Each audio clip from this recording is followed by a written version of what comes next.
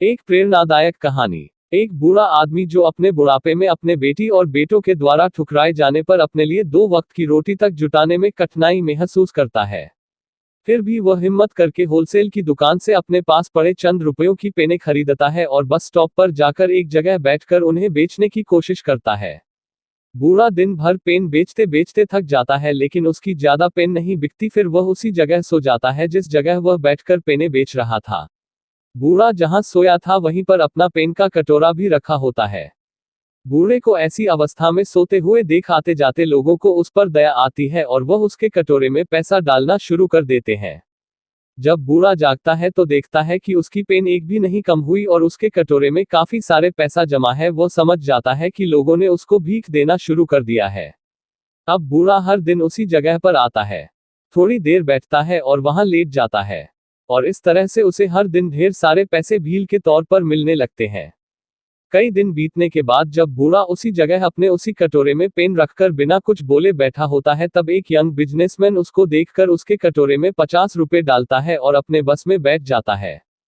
कुछ सेकंड बाद उस बिजनेसमैन को क्या सूझता है पता नहीं कि वह बस से नीचे उतरता है, उस बूढ़े के पास आता है, उस कटोरे से कुछ पेन उठाता है और उसे कहता है कि इस पेन की कुछ कीमत है और मैं आपको कीमत देकर यह पेन ले रहा हूं। आखिर आप भी एक बिजनेसमैन है और मैं भी।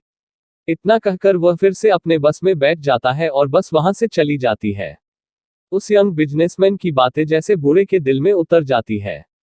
उसकी बातें दिन रात अब उस बूढ़े की दिमाग में घूमती रहती है। 2 साल बीत जाते हैं। एक दिन वह यंग बिजनेसमैन एक जगह पर उस बूढ़े को दिखता है। बूढ़ा आदमी उसके पास जाता है और उसे कहता है, आपने मुझे पहचाना? शायद आप भूल गए होंगे, लेकिन मुझे आप अच्छे से याद हो। बिजनेसमैन कहता है, आपके याद दिलाने पर मुझे थोड़ा थोड़ा याद आ रहा है। शायद आप वही बूढ़े आदमी हैं जो कभी उस बस स्टॉप पर बैठकर भीख मांगा करते थे। लेकिन आज तो आपका अंदाज ही कुछ बदला हुआ है। आप सूट बूट में टाई पहनकर यहाँ क्या कर रहे हैं?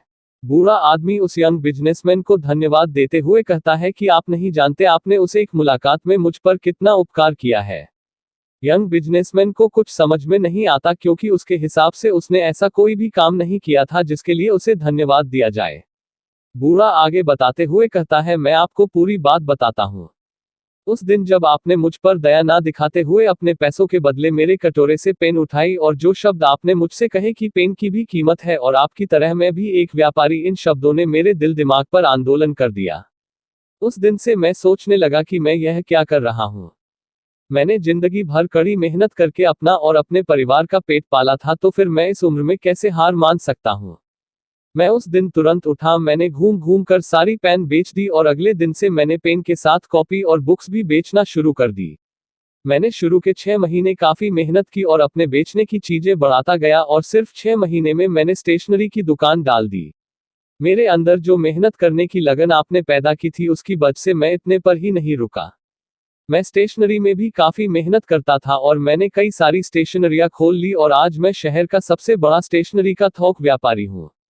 उस यंग बिजनेसमैन को उस बूढ़े आदमी की सफलता देखकर बहुत खुशी हुई।